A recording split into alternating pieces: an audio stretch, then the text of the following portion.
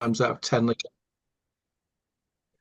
Right, good evening, everybody, and welcome. Tonight, I'm going to be talking about James Bond and the Spectral Monks, psychical research and archaeology in 20th century England. But really, it comes down to a great mystery. In the early years of the 20th century, the first quarter, there were two separate abbey excavations, one in Bury St Edmunds, Suffolk, where the abbey ruins were excavated by a guy called M.R. James, who's better known today for his ghost stories, but who was in fact one of the preeminent historians and academics of his day.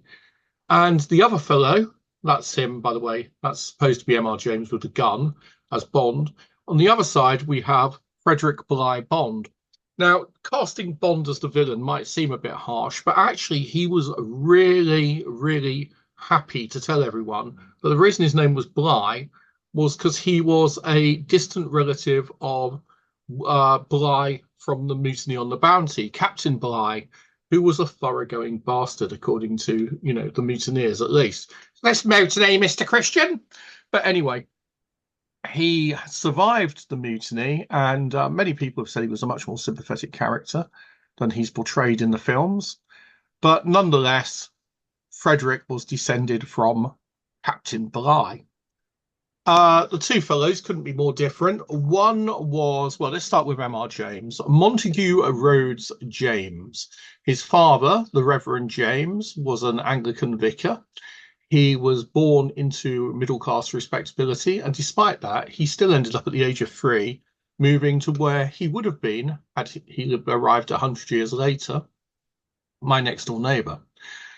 We both grew up Livermere, Ampton, Ingham. We were on a farm out there, and he was over at Livermere, where his father was the chaplain to the Great Hall, Livermere Hall. He lived in Livermere in Suffolk from 1865 to 1909. And in fact, he uses quite a lot of local names in his books and in his ghost stories. One of them, The Ash Tree, has a witch who's hanged called Mrs. Mothersole. And Mrs. Mothersole is hanged in Bury on what would today be Station Hill above Tafen Meadow. It's a fictional witch trial. There never was a Mrs. Mothersole hanged. But there was Cullen and I've forgotten the other one. There were two witches who were hanged in Bury St Edmunds in the 1660s. And that's where he takes the inspiration from for that short story, The Ash Tree. Now, the only reason I mention that is I went to school at Ingham Primary with a lady called Mothersole. And it's quite strange to think that actually the family had lived in Ampton all those years. Her ancestor had no doubt proven the original for his witch and his hanged villainess. So there you go. Anyway, M.R. James, Suffolk lad, and when I was at school, after I left Ingham, I moved to Bury St Edmunds, and in Bury St Edmunds, I used to walk home from the school through the Abbey ruins. Now they're splendidly Gothic and ruined and clad with ivy and flint, and if I move on, work out how to do that. Here we go. Oh, hang on. There we go. So there's M.R. James. He developed a very strong interest that was to last throughout his entire life in the Abbey at Bury St Edmunds. He went on to Eton, where he studied, was a first-class scholar at Eton, and then from Eton he went to Cambridge, where he was elected a fellow and joined the staff and eventually became provost of Eton. He leaves Cambridge to go back to Eton and head up Eton for a good few years before his death.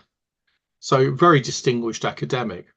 In the period which we're interested in today, he was the director, I believe, of the Fitzwilliam Museum, which is an archive and a library at Cambridge University.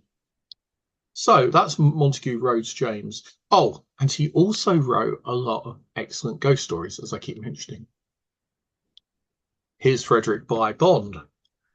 Bligh Bond was a slightly different social class, perhaps, or certainly a different attitude. He was a little bit younger, and actually, no, he wasn't. He was 1 year older. 1 year older, but he was I think it's chalk and cheese, really.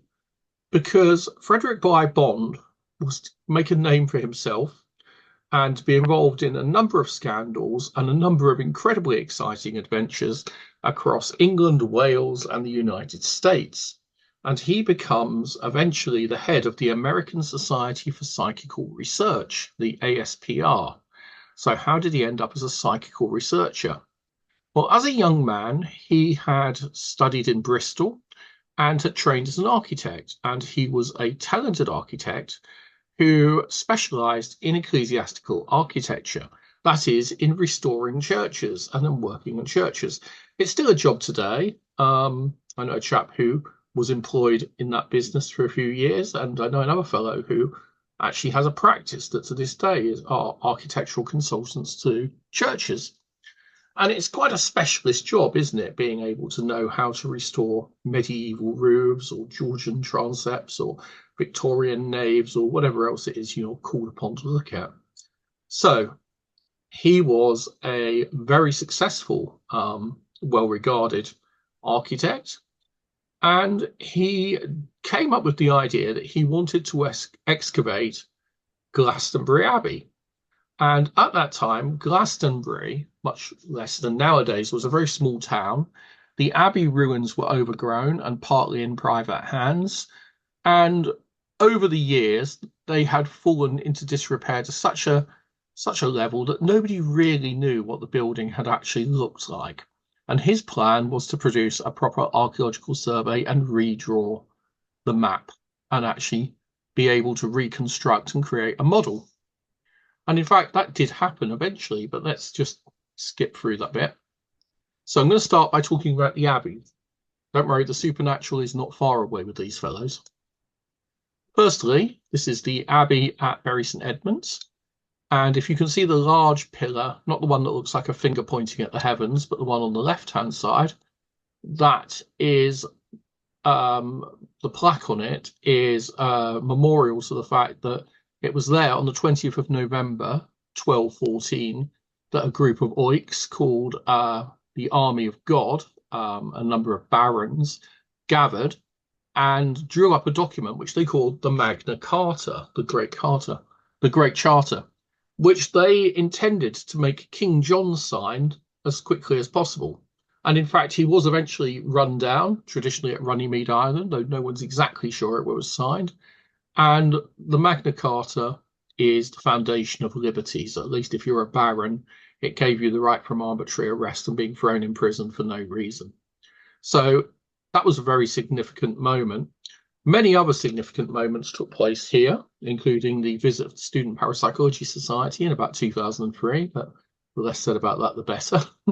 But no, this is the place also where sixth formers and teenagers in Bury St Edmunds have, since time immemorial, drunk cider and chased one another around the ruins. As you can see, nowadays it's quite nicely laid out. But in the period we're dealing with, you've got to imagine that this is a wilderness of brambles and thorns and largely uncleared, and much of it is still underground. And this is Glastonbury as it appears today. I'm sure many of you have been to Glastonbury Abbey. It's a beautiful place. You can go to the Chalice Well, you can go up to the Tor. And as you can see nowadays, it's quite nicely laid out again with signs. It tells you, you can see pictures that show you what the buildings look like. And on our left, that's Glastonbury, based on a model. The model is based on the drawings of Bligh Bond and those who came after him. And you can clearly get an idea of the scale of the building. But it was actually much smaller than the Abbey at Bury St Edmunds.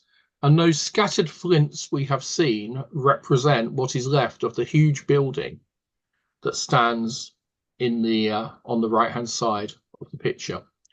Now, if any of you have ever been to Bury St Edmunds, there is to this day something called the Norman Tower, which is on the right by St Mary's Church, and the Abbey Gate, which is just on the very far left of the picture. Sorry, see if I can find a way of showing you where those are. No, I can't work out a way to actually show you the pointer. I don't think it'll work, but anyway. But yeah, the main tower was many times the height of the towers that exist nowadays. So it must have been an absolutely incredibly imposing abbey church in the days when it existed. Right. Legends.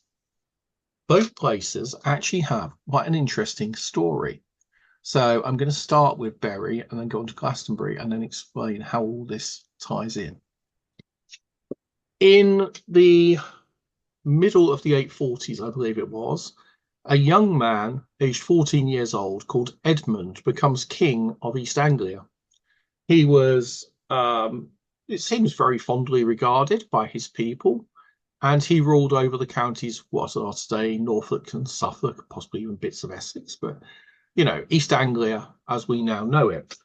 And as King of the Angles, he ruled benignly and for many years was doing well until a bunch of heathen pagan Danes turned up. Now, I'm sure we can all agree that there is nothing worse in the world than heathen Danes.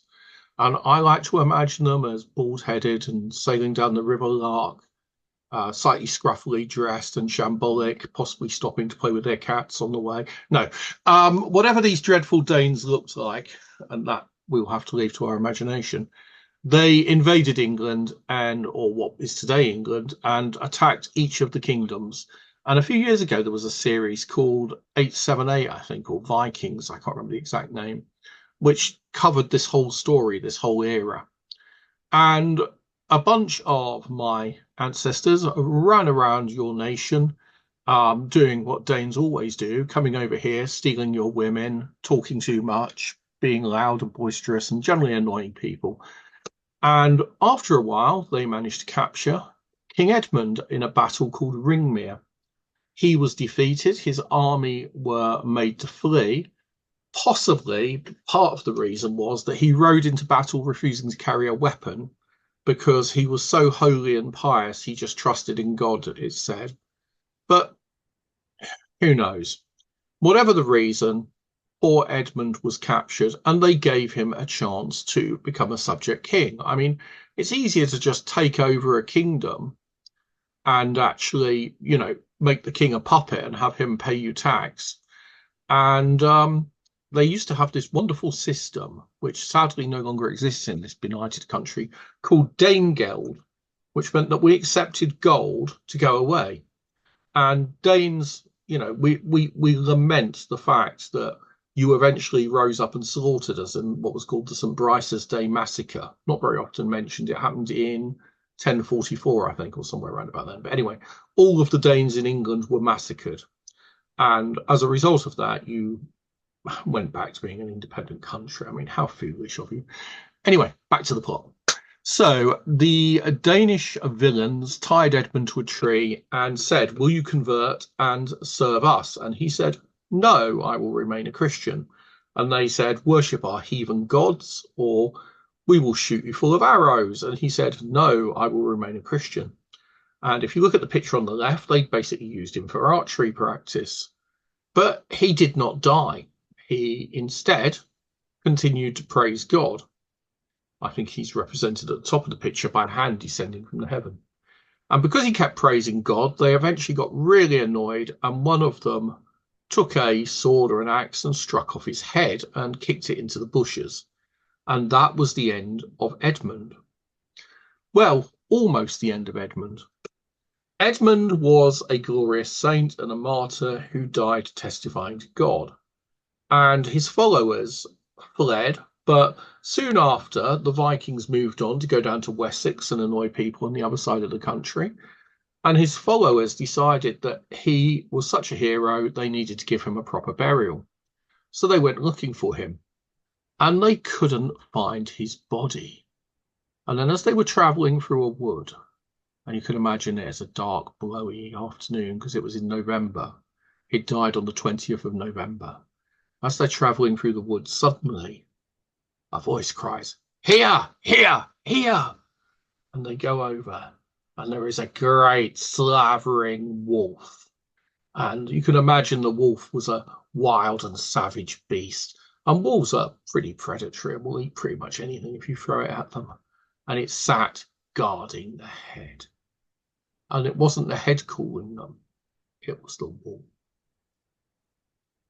Anyway, the followers went over, and the magical wolf, beautifully depicted here by Brian Wellen, his art galleries in town in Bury St Edmunds, and I do think that that is the best wolf I have ever seen, so I had to share that with you. Please don't go and look at his art. I will share this when I put this on YouTube or somewhere. I will make sure I share that link so that you can go, and if anyone ever wants to buy some of this, it just really summarizes for me the saint and the wolf. But there sat the wolf holding the saint's head and wagging its tail. It was a friendly wolf. And the wolf came bounding over and gave them the head. Finding the body and the head, they sewed it back on, and they took it off and they buried it with great, great piety. And soon after, they realized that they needed to do something better to mark the saint. And old Canute, he was a bit of a dodgy fellow. He was a Dane, and we all know about Danes, don't we, by this point? Well, King Canute had been oppressing the people, and he was a wicked evildoer, and he was Danish. And one night, in a dream, King Edmund appeared to him and told him to repent or he would perish. And Canute laughed at him and said, "I'm a Dane, what are you going to do to me, little Englishman?" Or words to that effect. And Canute plunged a spear into his heart, and he woke up screaming, told people what happened, and died. After that, no one messed with King Edmund. Why did they not mess with King Edmund? Well, if he can kill your king in a dream, he can do a lot more besides. So they took his remains back, and they took them to Bury St Edmunds, as it became called. Why was it called Bury St Edmunds? It's actually from the borough of St Edmunds, but it leads to the age-old joke. If you're ever on the A14 in Cambridge or somewhere like that, and somebody comes up to you and says, "Do you know the way to Bury St Edmunds?" You reply, "Yes, use a shovel." Anyway, enough of that. So, to this day, these are the arms of Bury St Edmunds. 3 golden crowns on a blue background, which is said to come from the Wolfingas. I actually have a Swedish Viking dynasty. I have a completely different theory as to where they come from. And those who know M.R. James will know other explanations. Surmounted by a wolf, which looks more like a fox, doesn't it? But anyway, it's a wolf. And there, between its forelegs, there is a head. So that is the head, and the fox miraculously talked and encouraged them. And it was pretty devout. Sorry, not fox. The wolf was pretty devout. So the wolf, however, has never been made a saint, but Edmund was. And in fact, he was such a popular saint, he was, until the 15th century, patron saint of England. And that's actually kind of important in our story later on. Right. So for hundreds of years, Bury Abbey grows in power and prosperity because lots and lots of people hear about the wonderful miracles that are brought by the body of King Edmund, who's buried in a great golden tomb. And then we come across this fellow, Good Duke Humphrey. And in the middle of the 15th century, he was regent because the king at that time was too young to rule. His father had died while he was still a young teenager. And Duke Humphrey ran the Council of Regents, and he actually made some enemies like Cardinal Beaumont and others. And he was caught up in a number of political intrigues. Now, he's what we would call nowadays a Renaissance man. He would be into like the cool indie bands and, you know, the hip poetry and the experimental movies. In that era, he was into things that were vaguely heretical, and he was interested in secular poetry and art. And his interests were, he spent a lot of money on sponsoring artists and sponsoring radicals who said things that probably would be better off not saying unless you had someone like Duke Humphrey looking out for you. And then it all went wrong for Humphrey because he'd remarried a beautiful young lady who was called Eleanor Cobham. She was a noblewoman. And she began to apparently encourage him to say, well, look, the king is young and sickly, and you would be a better king than him. And he would not countenance word of treason against the king. He'd raised him himself like a son. But she said the other faction are whispering poison in the king's ear. If anything happens, we need to make sure that you ascend to the monarchy. So Humphrey said, no, I'm not having this. And his wife, Eleanor, went off and she found a lovely woman called the Witch of Eye, Marjorie Jourdamain. And Marjorie Jourdamain was not just a witch, she was an astrologer, she was a prophetess, she was someone who claimed to be able to see the future. She introduced him to a number of other sorcerers, and she might also be making a few dodgy potions, love potions, or, ones to bump off your husband. She was quite the character and quite thoroughly witchy. Anyway, she went and introduced him to some astrologers, and they drew up charts. And what did the charts say? They said the king was going to die, that he didn't have long left, he was about to die. And so Humphrey began to plan for that contingency. The king got wind of it, and the cardinal was horrified. And unsurprisingly, the witch was arrested, as was the astrologer and somebody from Westminster who was involved. And the three of them were tried and were sentenced to death. And Marjorie was burnt as a witch. And in fact, I believe they were all executed very quickly.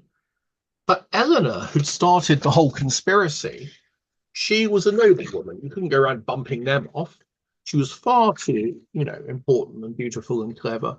So instead, Humphrey was told, your wife needs to go away, somewhere a long way away from you and everyone else. We're going to put her up in a castle. And she was sent off into exile. And she was kept as a prisoner. And he himself was arrested eventually after a long process because the king didn't want to arrest him. And it was decided he would be brought to trial. And he was in, what was the date? It's right about 1445, I think, 1447, somewhere around about then. He's brought to Bury St Edmunds, Suffolk. And there the king is holding court, and Humphrey is due to be tried. Now, there's no doubt whatsoever from the historical record and the sources of the time that the king had made his mind up, and that his mind was that Humphrey was to be released, loaded with honours, and probably reunited with his wife. There was very little evidence that he had ever been involved, and he was generally considered to be a victim. And after all he'd done was tried to find out if the king would die so that he could prepare his takeover, so to speak. But the king, anyway, wasn't worried about it. The king seems to have forgiven him. And that's why he's remembered to this day as Good Duke Humphrey. Unfortunately, and there's a lot of this in Shakespeare, if you've read the right plays, I forget which ones they are, but yeah. So he is probably on the morrow going to be exonerated and restored to honour. Now, if you've ever been involved in dodgy, nasty, horrible internal fighting, which I'm sure would never happen in any reputable psychic research group or anywhere like that, but, people do lie, backstab, and do terrible things. And what happened one day, the day he arrived, was somebody murdered him. He was found dead in the morning in the hostel just outside of Bury St Edmunds, where he was staying, down near the old fire station, if anyone's from Bury, on Farnham Road, St Saviour's Hospice, which nowadays is the most unfortunate Tesco in the world.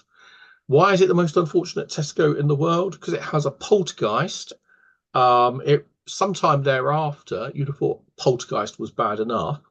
They received supposedly a warning from Al Qaeda or a terrorist group that a bomb had been planted in the building. That turned out to be a rather pathetic attempt to blackmail the place. But it just seems that whenever anything goes wrong in Bury St Edmunds, it occurs at that particular Tesco. So the moral of this story is don't get a job in a Tesco where the ghost of rumbling Sid Rumpo manifests himself behind the bacon counter and gallivants through the crystallized fruits. Anyway, enough of this. Let's move on from Duke Humphrey. The poor innocent woman who is said to have actually given him the poison that killed him apparently filled with remorse when she realized that she'd been tricked into killing Duke Humphrey, took a dagger, plunged it through her heart. And some say it's her, and some say it's a wicked queen. But whoever it is, on February the 24th, the ghost walks through the great churchyard at Bury St Edmunds. I took the Spuslings there some years ago, or actually, no, GSUK.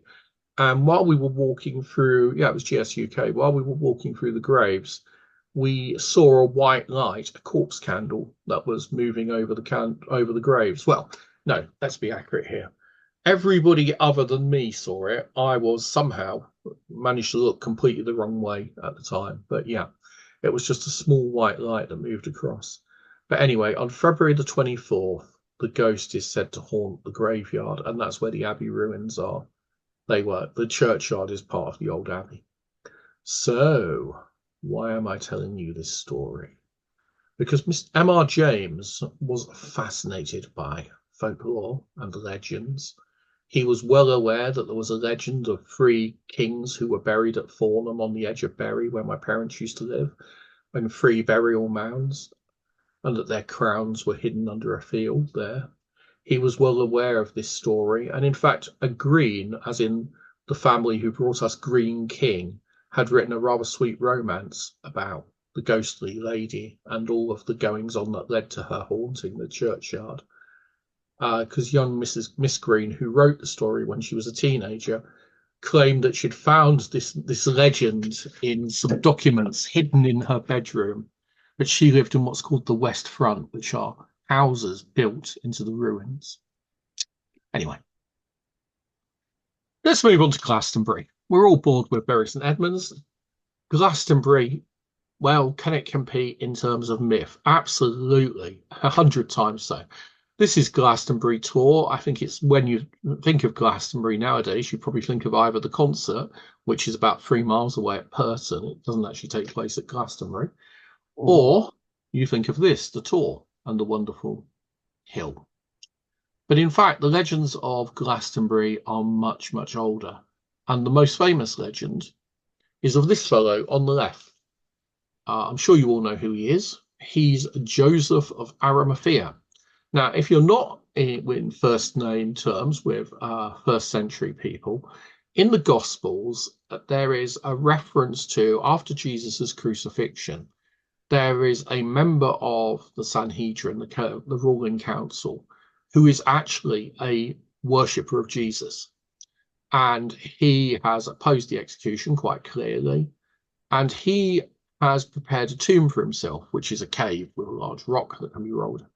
And he goes to Pilate, the Roman authorities, and he manages to get permission to take the body, and he wraps it in a cloth, a shroud, and he anoints it with expensive oils, and they bury it in the cave where it remains until Easter Sunday.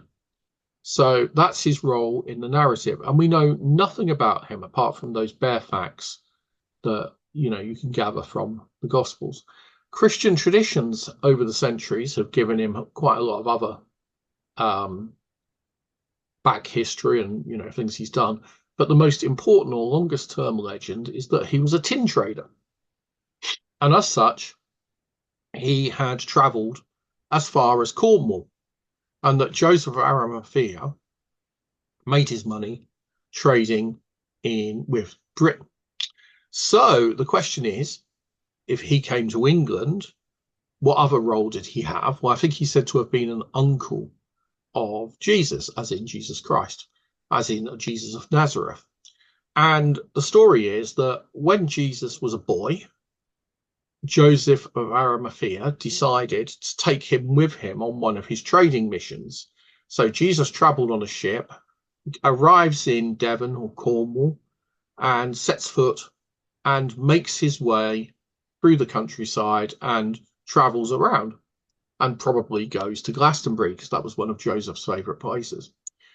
After Jesus was executed, we don't hear anything more about Joseph, and after the resurrection, when all of the Jesus's disciples went off to take the gospel, it said that Joseph returned to England, where he'd gone with Jesus many years before, And him and his followers made their way to Glastonbury. And when they arrived there, he climbed up the hill called Weary Hill, and he placed his staff, his ash staff there. And as he placed it down, it actually took root and turned into a tree that to this day flowers only on Christmas Day. Every year it flowers, the day on which it actually bursts into flower is Christmas Day. And actually it does flower on Christmas Day, which seems quite miraculous to me. And back in the 17th century, a Puritan who thought this was a load of superstitious claptrap took an axe and chopped it down. So the Glastonbury thorn, which we have nowadays, thorn tree, wasn't it? Yeah. The Glastonbury thorn that we have nowadays was in fact not the original one, but it's a cutting of it that was planted. And I think again in the 1970s or 80s, it was vandalized. And once again, they were able to take a cutting. So the tree continues to, there is a tree, I believe now, again, which is descended from the original. But who knows? By the time I've spoken to this, I've said this, maybe somebody else has vandalized it again. I haven't been there in years. Not since the 70s, probably. Anyway, the Glastonbury thorn is a miracle. Joseph of Arimathea set up a church there. And these are all ideas that become very important in what becomes known as British Israelitism. And in particular, in a kind of mystical understanding of the importance of England, which relocates some of the most central sacred mysteries of the Bible from Jerusalem and Judea and what's now Israel, Palestine, to the southwest of England. And in fact, in the 19th century, they took it to the extent where they actually believed that the miracles and all of the events happened in England and that Jerusalem was Edinburgh. That was the idea of Comyns Beaumont. But it doesn't really matter. And that is what's being referred to in this very famous piece of music, which I'll just play a little bit of. Oh. Hang on, you probably can't hear that. Let me just see if I can get that to work.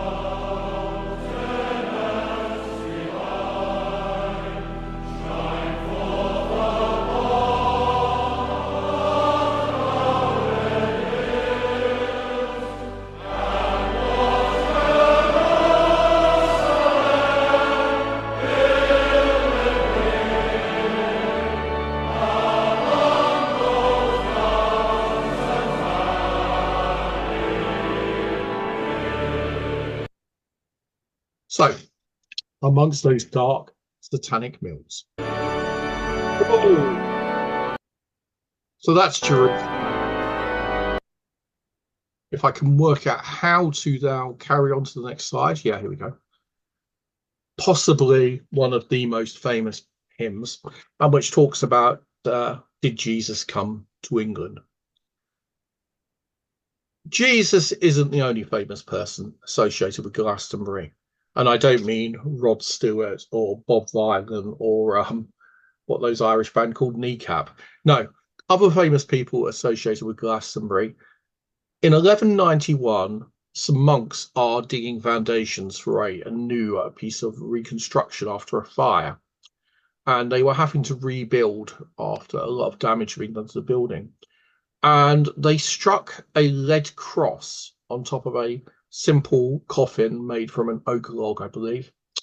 And the lead cross had an inscription on it saying that here lay King Arthur. Yes, King Arthur and Guinevere. There you go. Site of King Arthur's tomb. In the year 1191, the bodies of King Arthur and his queen were said to have been found on the south side of the Lady Chapel. And in 1278, the king turned up and moved them to a black marble tomb. Now, it's quite interesting to debate what actually happened. Some people have argued they were probably genuine. We no longer have the cross. We only have a drawing of it from the 16th century, I think, from Camden or someone. And that cross, probably a forgery, I would imagine. But when you look at it, some people have actually argued from the style of writing that it could have been ancient. It could have been there for a very long time. However, there is a reason to doubt. In the 1190s, the Welsh had become extremely, what's the word I'm looking for? Rebellious. And during that time, they kept rising up. And the Welsh had a lot of rumours about King Arthur, including that one day he would return.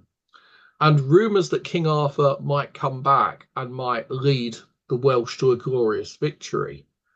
Can you see why they were inconvenient? The idea that King Arthur was hiding, sleeping under a hill, waiting for the day when somebody blew the horn and brought him back to life to rule again, not so good for the English royal family. So they were very keen on proving him extremely dead. The rumours that King Arthur's life, King Arthur was an incredibly popular literary idea at the time. People wrote stories about him all the time, but nobody wanted someone to actually declare that they were Arthur. So finding his body was extremely useful. Also, it attracted pilgrims at a time when the abbey desperately needed money. And the tomb was sadly smashed up in 1539 and destroyed. Right, okay, let's move on. This lady, I don't know if anyone knows who she is. There's only two photos I can find. One of them is of her, probably in her 50s, holding forth, and she's actually, the picture includes a couple of other people she was with. And she was a strong-willed lady, to put it mildly. She was one of the 20th century's most famous occultists. Her name was Dion Fortune. The other photo of her is about the age of 13 as a schoolgirl. And although it's definitely her, it doesn't really give you the impression of the strength of the woman. It's just a picture of a young girl. So Dion Fortune, why have I included her? She had been a member of the Hermetic Order of the Golden Dawn, and she came to Glastonbury in 1925 and became convinced that she had contacted spirits there, secret spirits, who gave her, through mediumistic trance, instructions to form the Fraternity of the Light. This was an offshoot of the Golden Dawn. It was a secret society, and it eventually turns into the Sons of Light, or SOL. And they practice ritual magic and all kinds of strange psychic quests. And they're wrapped up with Grail mythology, and they believe that Glastonbury is a sacred, mystical place. And she writes a large number of books on magic and falls out with many of the other magicians of the time. And England in the 1930s was absolutely full, it seems to be at times, of magicians having their own secret lodges and their own secret magics, and they're casting spells at one another, and all of them convinced that they were the true guardians of the sacred and holy, and all of the others were sinister black magicians. Anyway, that's Dion Fortune, and she does much to create what becomes the modern idea of Glastonbury as a New Age magical centre. To this day, actually, there is a goddess temple. Oh, that's how you do it. You just hold it down, it makes a little red dot appear. There's a goddess temple at Glastonbury, which is called, I think it's just called the Temple of the Goddess. And it's a witchy kind of place where they have this strange notion that women matter and that you should worship the sacred feminine. And my friend Tressie, Tressie Arts, or Tressie Driver, she is one of the priestesses there. I've had the pleasure of knowing several of the priestesses. There's three of them, I think. I know I've spoken with two of them, and they are lovely ladies, and they hold regular workshops and meetings. And when she's not doing that, Tressie is editor of the Oxford Language Dictionaries, foreign language dictionaries, and is one of the world's leading experts on Arabic vocabulary. And she travels through the Arabic world as a strong feminist, annoying everyone, I would imagine. She's a great person. Let's move on. So Glastonbury has this amazing tradition. And in the late 20s, early 30s, Catherine Maltwood, another woman who's associated with the thing, she discovers that if you take Glastonbury Tor as the centre and you look at the old water channels and field boundaries, you can draw out a kind of what she called the Glastonbury Zodiac. You can see the Gert Dogger, the Great Dog of Purton, I think it is at the bottom, or no, Langport, Great Dog of Langport. And she believed that the fields actually marked out huge magical symbols. And I did come up with an idea at one point that we should attempt to maybe take the SPUS, the Student Parapsychology Society, down there and attempt to reanimate the spirit of the Great Dog of Langport just to see what happened. I suspect what would happen would have been chased off by an Alsatian. But the Great Dog, if you can't see him, oh, let's go back, is... Oh, there you go. He's down here. There's the doggy. So jokes aside, let's move on. So Glastonbury had a reputation as somewhere sacred, liminal, between two worlds, somewhere where all kinds of mystical stuff was going on. It was a place where to this day weirdos and hippies and magicians and witches and Catholic pilgrims and Celtic Christian enthusiasts all gather and side by side get on. And there's a phrase normal for Glastonbury, which, yeah. Dissolution.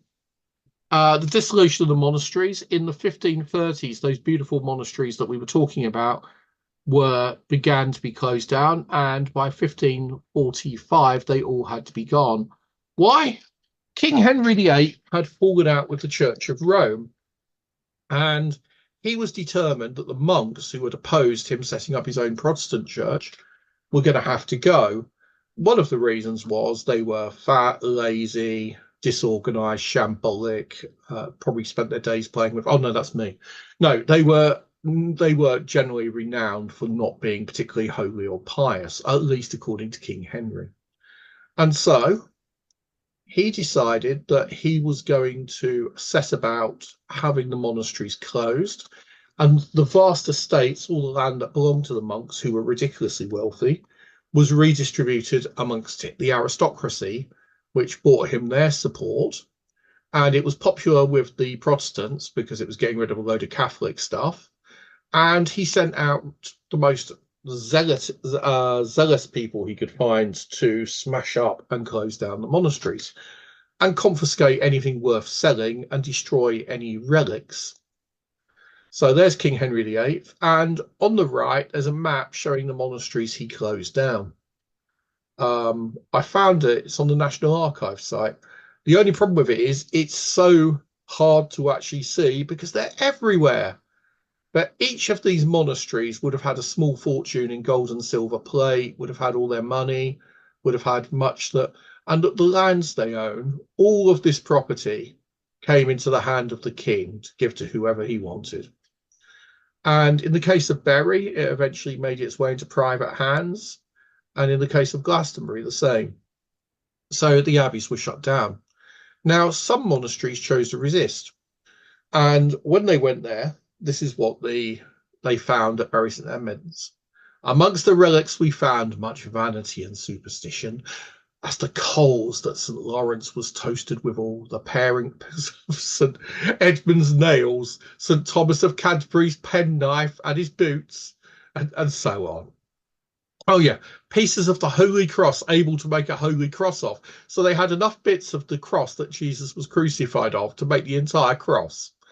Other relics for making rain and superstitious usage, for avoiding the weeds growing in corn and other such. And what did they do with all these relics, such as the coals that St Lawrence were toasted on and St Edmund's toenail clippings? Well, they made a bonfire and destroyed them all. All of the relics were burnt. All of the bits of the one Holy Cross were burnt. And all of these things were destroyed as being superstitious nonsense. Now, actually, there was a notion at the time that the fact there were three skulls of St. Thomas wasn't actually a problem, because if you accepted that one of them was genuine, the others could be miraculously multiplied. So you could have miraculous multiplication by which you could end up with three genuine skulls of one man. Whether or not you choose to accept that as a piece of scholastic theology, it's up to you. But it was an idea that was put forward at the time, and it's better than just accepting. But the majority of Catholics have always believed that some relics were fakes, and to this day, there's an attempt to decide which are genuine relics and which are just nonsense. Well, the reformers saved them that problem in this case by burning everything, including, it is believed, or many said, the bones of St. Edmund. Down at Glastonbury, things didn't go quite as well. Richard Whiting had a substantial fortune. It was believed that there was £20,000 in gold and silver owned by Glastonbury. And the abbot, the treasurer, and the sacristan, I think it was, three of them, were accused of having hidden the money. A search was conducted by royal troops, and money was found concealed about behind false walls and under the floors and stuff. But eventually they found that they couldn't find all of the treasures they believed were there, and many of Glastonbury's treasures had been taken and were hidden on the surrounding farms that were owned by the monastery. When they refused to hand them over or claimed they didn't know where they were, the three men were taken to the Tower of London. Whiting was there held. His palace, the abbot's palace at Glastonbury, was searched, and they found some letters or a book he'd written in which he defended Catherine of Aragon and said that the king should never have divorced her. As such, he was accused of treason, but they couldn't find a law that he'd actually broken. So Parliament was forced to create a law by which he was guilty so he could be hanged. And him and his two mates were taken back to Glastonbury, where they were not just hanged, they were hanged, but before they died, so they were strangled until they were half dead, cut down, disemboweled while alive, their heads were then lopped off, they were cut into four parts, and having been hung, drawn, and quartered, their bodily parts were scattered around the town as a warning to others. So that was the end of the last of the abbots of Glastonbury, and he was hanged on the Tor so everyone could see. Archaeology. How are we doing for time? Is there anyone still here, or has everyone gone? Oh, Dave, what time is it? About 9 minutes to 8. Okay, let's move on then. So, archaeology. Let's carry on with the story. Eventually, right, okay. Our story now moves forward to 1901.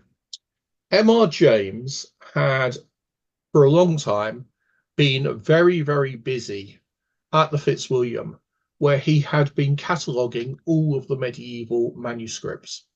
And he was meticulously working through all of the medieval papers there. And in those days, they were not indexed properly, and no one knew what was there. And as he worked through them, his particular joy was in reading papers relating to Bury St. Edmunds. And in 1895, he published a monograph in which he did a quite incredible feat. He claimed to have re-established what was in the library at Bury St. Edmunds just before the dissolution in the 1530s. He hadn't found a catalogue, but he'd found references to books which were there, and to people copying them, and to people going to read them, and to people acquiring them. And he'd discovered an accession mark that was used to mark certain books that were acquired. And he was able to calculate that in the Middle Ages, the Abbey at Bury St. Edmunds had 2,500 books. Now, this is in an era when a library, an average library of 20 books held by a monastery or a church or an institution was considered to be a sizable library. So 2,500 books is an incredible feat. But he proved his case. And in the monograph, he also did something else. Deciding what was in a library centuries before is a bit like my occasional efforts to reconstruct the Park Bar jukebox from my days at college by taking all the songs that were on it, I'm putting them on my Alexa so that I can nostalgically just sit here and listen to the music from when I was at college. But he did something quite similar in recreating a library catalogue for somewhere that no longer existed. The other thing he did, though, was he decided he was going to build a map, an accurate map of the Abbey, so that in the future, if anyone ever wanted to dig up the field of stones and weeds that was owned by a local dignitary, they would be able to actually use his map to guide the excavations and to find what was there. And he drew his map, and he did it by reading through all of the old accounts. There was no guidebook, but there were people who told him certain information. And there was one fellow who actually had paced out and had described the sizes of some of the buildings, which made it incredibly easy for him to put together the map and reconstruct what it looked like. And the painting I showed you earlier of what it looked like in the Middle Ages is actually based on M.R. James's archaeology. Well, not so much his archaeology as his history, his work in the archives. And while he was doing all this, he got embroiled in a political discussion.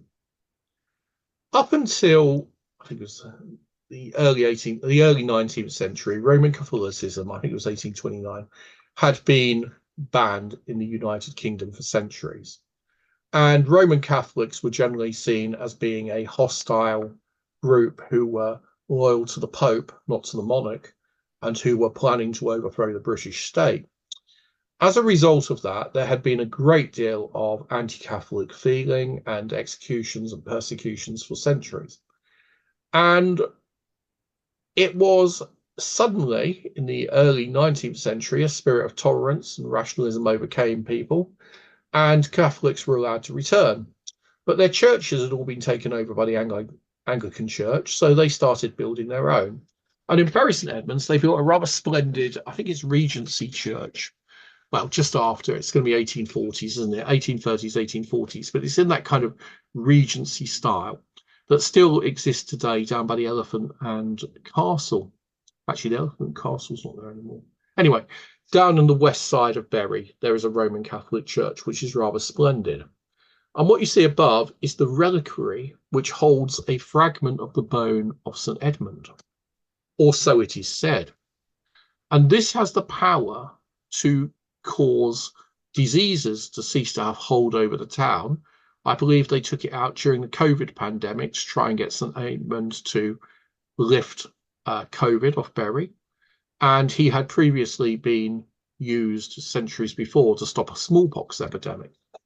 But most of the bones of Edmund, apart from this one tiny fragment that was brought by the current vicar, and one or two that had previously been said to be there, the majority of them disappeared at the Reformation. So where were they coming from? Well, in 1217, France invaded England at the behest of the barons who were fighting King John. And the Dauphin, the son of the king, led an invasion in 1216 through 1217. And they eventually were defeated up at Lincoln in a battle that took place in the streets and were forced to retreat back to France. King John died about that time while they were still in the country, and the death of King John led to a wave of patriotism, and the barons realised that they were likely to end up being executed or exiled by the French king if he took over. So they instead threw themselves behind his son, Henry, and William the Marshal, the greatest knight who ever lived, over at Worcester, had him crowned. None of this matters, but the story is that the French army, when it left, made off with the relics of St Edmund, the patron saint of England. And having stolen the relics of the patron saint of England, they took them back to France and to the city of Toulouse, where they placed them in the Basilica at Saint-Sonin. Okay, or Saint-Sonin, I don't know how you pronounce it. But anyway, whatever the thing, at this point we had a problem. We no longer had the bones to our patron saint. And in fact, St. George becomes more and more popular as a royal saint and eventually becomes the patron saint of England, replacing poor old Edmund. To this day, Edmund is the patron saint of the English, but the patron saint of Edmund is now St. George. Sorry, England is now St George. Forgive me, I'm too hot. Okay, let's get back to the story. In 1901, the Roman Catholics decide that they need, when you open a church, they have to have relics of a saint to bless it. They therefore are looking for relics of Edmunds. They go to Toulouse, take out some of their bones, and put them in a gold reliquary and send them over to have them installed. After they arrive, they're taken to the Arundel Castle, the home of the Duke of Norfolk, who organises a big ceremony to bless them and the translation of the relics. So they're not converting them from one language to another, they're taking them from one place to another, but it's called translation. And at this point, M.R. James jumps in and he says, heathen nonsense. No, no, no, no, no, no, no, no, no, no, no. Absolutely not. You're not putting those in a church in Bury. They're not actually the real relics. And they say, what? And he says, no, they're not relics. No, King Edmund is buried in a lead box in the ruins at Bury St Edmunds. He was hidden away by the monks and they buried his bones, almost certainly. And I believe they were in a lead box or similar. But anyway, whatever the cause, however they did it, they hid them. And there's no evidence that they were taken to France. And the whole thing is a legend that came about much later. And James and several others make a very strong case that the bones from Toulouse are not the bones of King Edmund. Now, the Roman Catholic Church, the Pope has agreed that they are the bones of Edmund and they can be put. But the Roman Catholic Church in England is a little bit intimidated by all these scholars. And can you guess where this high-level religious debate about whether or not the bones of a saint were genuine takes place? That's right, the letters page of the Times. And if you go back to 1901 and look up St Edmund, you will find many letters going backwards and forwards. I'm not going to go into too much detail because we're running out of time, in which James and his friends attack the Catholics while the Catholics argue, no, they are definitely the real bones. Eventually, they were consigned to a cupboard under the stairs, the bones, that is, not the critics or the Catholics, because the decision was made that they were probably not authentic, and the Roman Catholic Church chose not to use those as the relics. They decided instead that they would have them, what's the word I'm looking for? Well, put them in storage and keep them out of the way because they were, not real. So sadly, to my mind, those bones were then left in a cupboard for a long time. And in the 1970s, there was some work done on them. And there was another attempt to bring them to Bury, but it failed because, once again, the academics said they're not the right bones. And then very recently, there has been genetic analysis of them. And what they discovered was that the bones of St Edmund are, in fact, from a dozen different people of both genders. And although they haven't dated them, the bones are not from one person. They are just a hodgepodge of bones that have been picked up. So there may be some genuine bones of Edmund amongst them, but those bones probably did not come from Bury St Edmunds. They probably were just bones. And in fact, part of the problem is that during the French Revolution, the church where they were stored had been burnt down, and the relics had then been replaced afterwards, having supposedly been hidden. But it's possible they'd been mixed up or confused, and we just don't know. Were they taken in 1217? No one really thinks it's likely. There's no records of it. So M.R. James now has a plan. He believes that he has a map he has built, and this map has been created entirely without recourse to archaeology, because at this time, most of the site is still covered by thorn bushes and trees and, nettles. It's basically a bit of a dump, right at the bottom end of the Great Churchyard often is nowadays, unless somebody clears it. And therefore, he cannot really see much. The bits he thinks he knows where they are in black, the bits which are visible above the ground when you go and walk around. But the problem is that the whole area is owned by the Cullen family, it's private. Fortunately, they're quite happy to have some archaeology done. They have no issues with it at all. They're quite happy to have it dug up. They're not using it for anything. And then Bury St Edmunds parks council. The council jumps in and says, we need a park. We need pleasure grounds for the people. And somebody who runs what today we would call a garden centre, essentially, a kind of plant centre where you can go and buy plants, and a nursery says, well, I would like to have part of the land. And they start opening up a business on it. And eventually a small zoological gardens and birdhouse is added, and an ice cream parlour. And it becomes what is today known as the Abbey Gardens. And it's given to or sold for a nominal sum to the people of Bury. And that's what it is today. And that provides the perfect excuse. They're going to have to clear the ground. So as they clear it, they find out what the walls are, and they discover that James's map appears to have been right. Yeah, okay. He'd done a great job. He'd looked at what was visible above ground, and he had calculated where everything was by using the records. And so, rather disappointingly, he didn't do it by necromancy and talking to the dead or by mystical powers. He did it by plain old reading stuff and putting it together. And this is the map that he had drawn up. And in 1902, he began his great excavation. He was the nominal head of the excavation, and he was there sometimes. But most of the actual work was carried out by people from Bury who were, workers from Bury who were paid as labourers to go and dig. And there was actually some proper archaeologists who had much more knowledge of archaeology than James, who were on site. But he had predicted where the bones of 5 abbots would be found. In fact, 6 abbots, I think. And there we see them in the chapter house, there's a crypt under the chapter house. And if you know Bury today, the swings and slides are... No, it's not that one, it must be this one. No, I can't get it to turn red now. I want it to. Oh, well. Anyway, yeah. In the chapter house is where the bones were.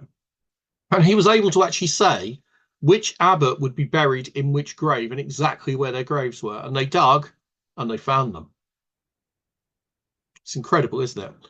They were exactly where James had said they would be. And this shocked people. And on New Year's Day, 1903, this photo, it's only part of the photo, I've clipped it, was published in the Bury Free Press. And my grandmother would have seen it. She was only 1 year old, but she was there. And, this is what people in Bury woke up to. They had found Abbot Sampson, a very famous person who'd had a chronicle written about him. They had found the tombs of 13th century abbots. Now, James, there's a better picture of it. That's the whole row. James at this time was privately circulating his ghost stories.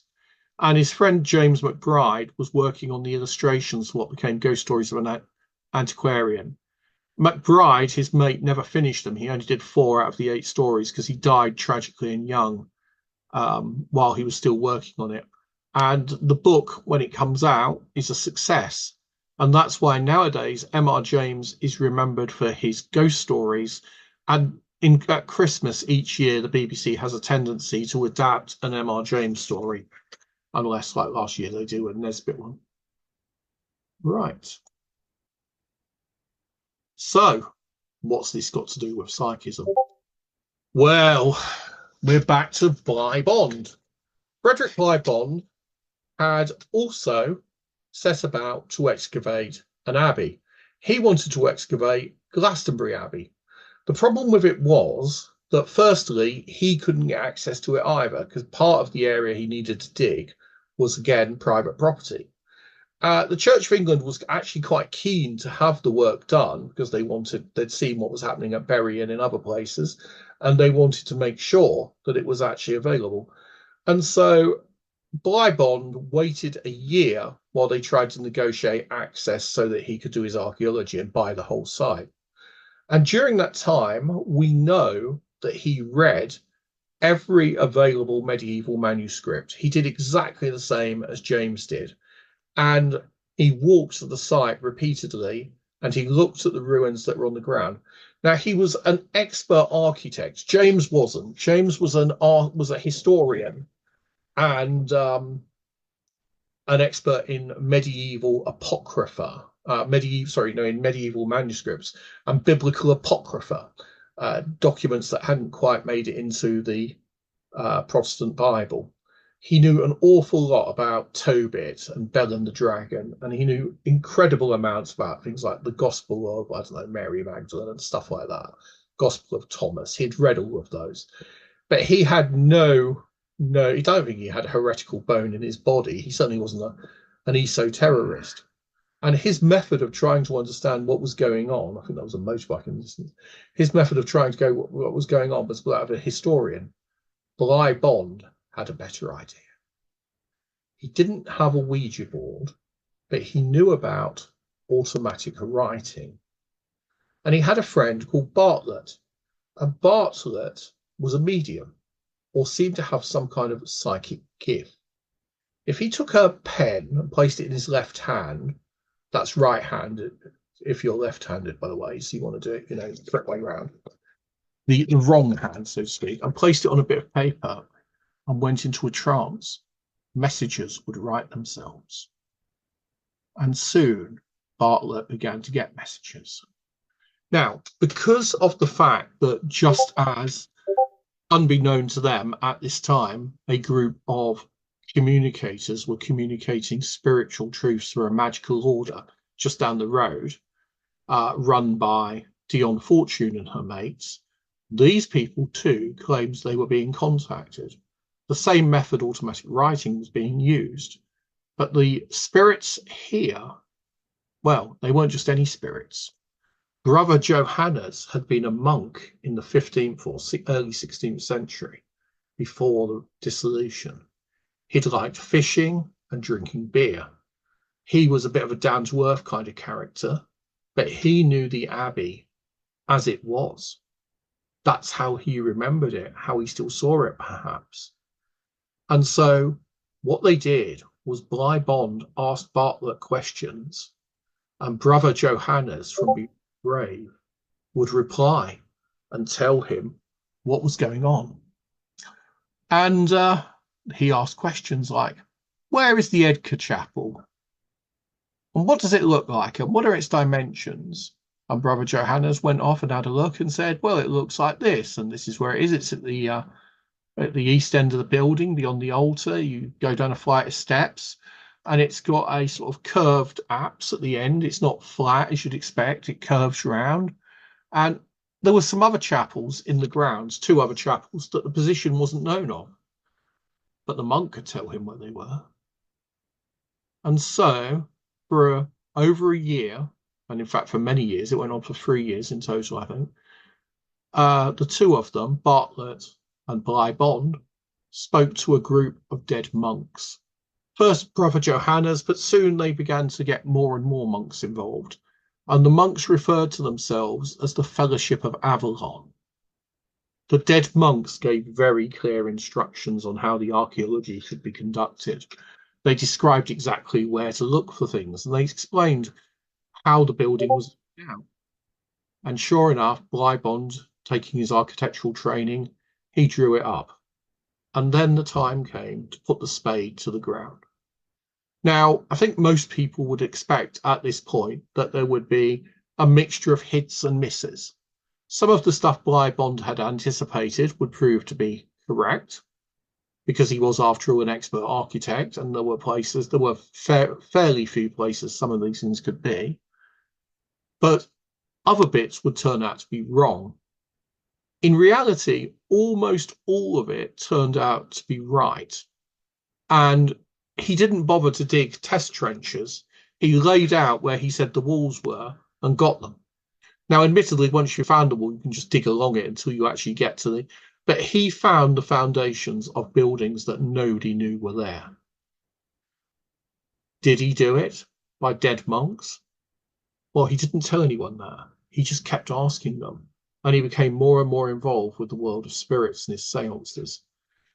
And then there's the big moment of confusion. If you look on the picture on the screen, I think you can probably see the Edgar Chapel Well, Bligh Bond insisted that it had a curved end, but apparently, I've tried to highlight it, the archaeology suggested it ended there, that there was a wall there. So it actually was squared off. Bligh Bond, when he did the drawing, ignored that and ignored where they'd found the remains of the wall and drew it as the monks had told him. At the time, nobody really noticed. And those who did said, "Why have you added it on?" And he said, "Because that's where it is. You'll see I'm right eventually." Now, this is where it gets weird, because a few years later, I think it was about 1911, they dig and they find where he'd said this bit here is actually there. He had been right all the time. The monks were right. They just hadn't dug deep enough to find the walls the first time. So, does that mean the spirits were telling him?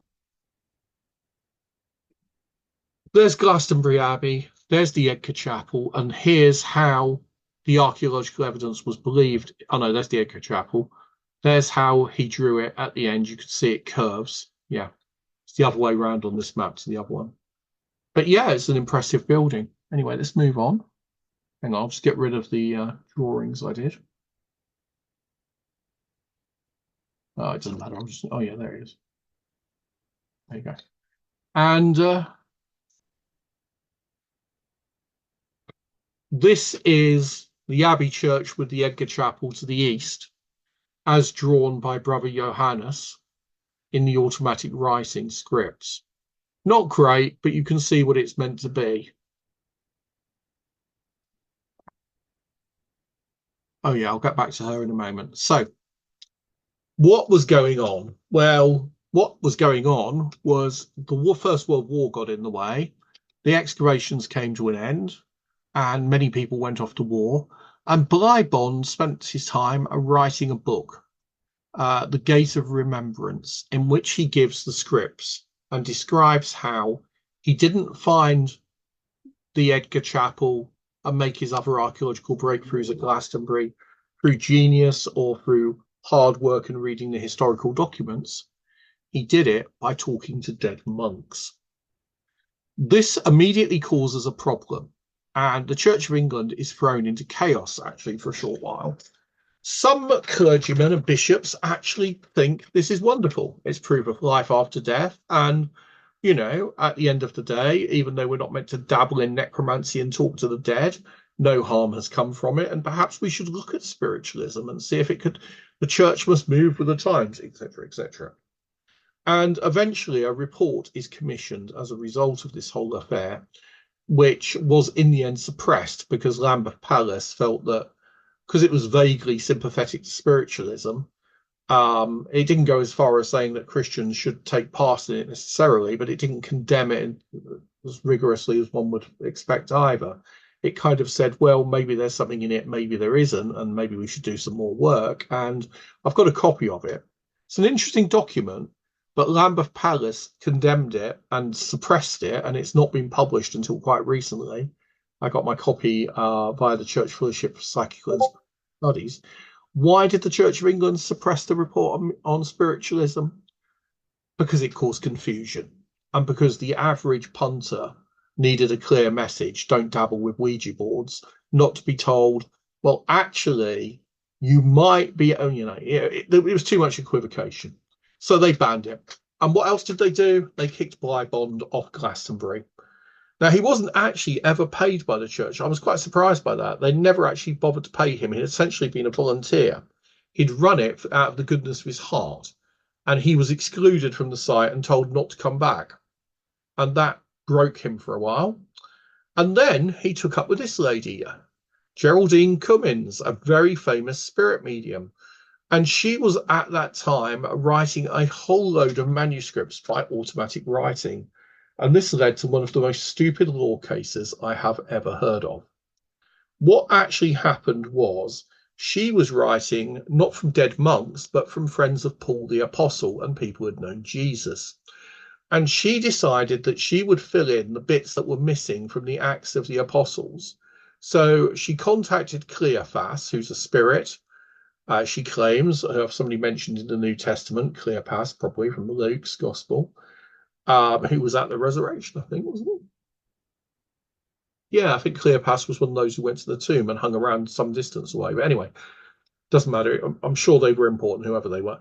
Cleopas and his mates recount thrilling adventures of St. Paul and loads of stuff that happens to them in the period after Jesus died in automatic scripts. And this long and lengthy book, the Cleophas scripts, was eventually published, but it had been dedicated by the spirits not to Geraldine Cummins, but to Frederick Bligh Bond. And I believe he may have edited it. So the spirits wrote it. Geraldine claimed she had the copyright because it was written by her hand.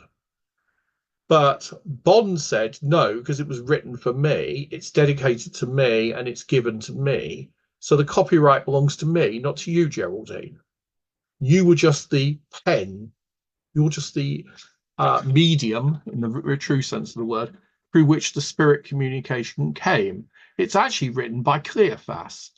So the courts had to decide, did copyright reside in the person it was written for, Bligh Bond, the medium had written it by automatic writing, Geraldine Cummins, and they ruled that no, because if you believed in the existence of Cleophas, clearly Cleophas had written it. And therefore, if Cleophas had been dead for 1,800 years, wanted to make a case, then perhaps Cleophas could. In reality, they essentially gave the rights to Cummins, though. Anyway, he was highly disgruntled by this, but then, in around about 1923, I believe, some good news. He was invited to go to America and take up a position with the American Society for Psychical Research, their version of the SPR. And he did, and he became a psychical researcher. And I would like to say that he lived happily ever after, but he didn't, because after about 10 years, he fell in with this lady, Marjorie, or as her real name was, Mina Crandon. Mina Crandon was quite the lady. She and her husband, Cranston Roy, I believe, and her brother, a dentist, were sort of high society-ish and were quite adventurous, fun people by the sound of things. And she claimed she was a physical medium. If you were to strip her naked and tie her up, she could produce all kinds of weird ectoplasm and make spirits talk to you and make things happen and, the usual routine. And she was very enthusiastic about A, getting sloshed, and B, getting naked. She was, to put it mildly, controversial, but she was also quite willing to have her mediumship tested. Harry Houdini attempted to catch her in fraud, and so did various other people. And Scientific American magazine put up a large amount of money to anyone who could prove they were a medium or who could prove supernatural powers or paranormal powers. And Marjorie went for it. And tragically, the evidence to this day is contested. We really don't know exactly what happened. But after it was discovered that her spirit guide's thumbprint in wax that he left bears an uncanny resemblance to the thumbprint of her brother, who was a dentist. The whole thing ended in accusations of fraud and her accusing Houdini and Houdini accusing her, and everybody accused everybody. And the American Society for Psychical Research split in two. One faction fell out with the others, and Walter Franklin Pierce and others formed one faction who became the Boston Society for Psychical Research, and another faction who thoroughly backed Marjorie and thought Mina Crandon was the best medium ever remained the ASPR.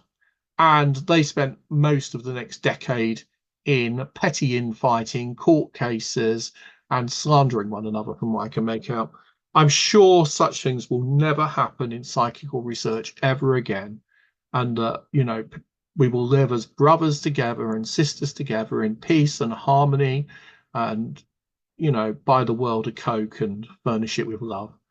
But jokes aside, that was the end for Bligh Bond. So why have I gone through this incredibly long and convoluted story, because it actually matters, because there's a really important question, which is, and now I'm going to, did Bligh Bond actually do it by, did he actually manage to do it by talking to dead monks? Is the Gate of Remembrance really how he got the information?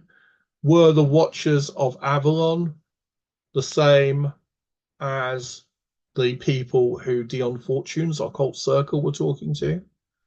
Could we use automatic writing to talk to spiritual entities from beyond who would tell us where ASAP have hidden the membership database? Sarcasm aside, you know, there was something very strange going on. And it's clear that the papers at the time were convinced he was some kind of genius archaeologist. And then he turned around and said, no, I did it by talking to dead monks. Ironically, M.R. James, who seems to have thoroughly disbelieved in the supernatural despite making all his fame through it, he did it the other way. He said that he didn't have any kind of inspiration or divine help. He just did a pure old logic application of what he'd read in the histories. And some people say, archaeologists from 1922 onwards have said, that is how Bligh Bond did it. He did it by the same method as James. He read an awful lot about the place, worked out where things were. In 1909, he'd written a book on cathedral architecture. So ultimately, he would have known exactly how to find where it was. It wasn't a mystery. It wasn't dead monks. It was, in fact, nothing more than, what's the word I'm looking for? Hard work. And maybe unconsciously attributing it to the seance. Okay, and that's where I'm going to stop. And I'm really sorry if I bored you all, but I hope some of you at least found bits of that interesting. Thank you very much. Right.